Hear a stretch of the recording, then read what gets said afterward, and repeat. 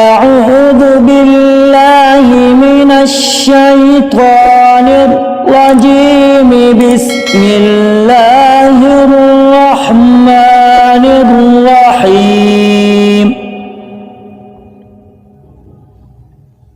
اللهم صل على سيدنا محمد عدد ما أحاط به علمك وأحصاه كتابك، صلاة تكون لك رضا ولحقه أداء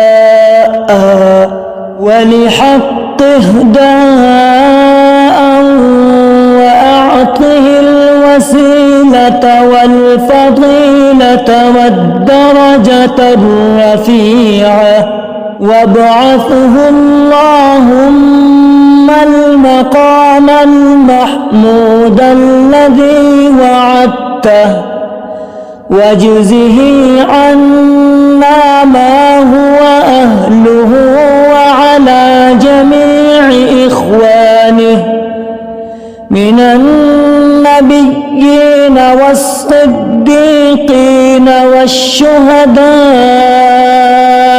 والصالحين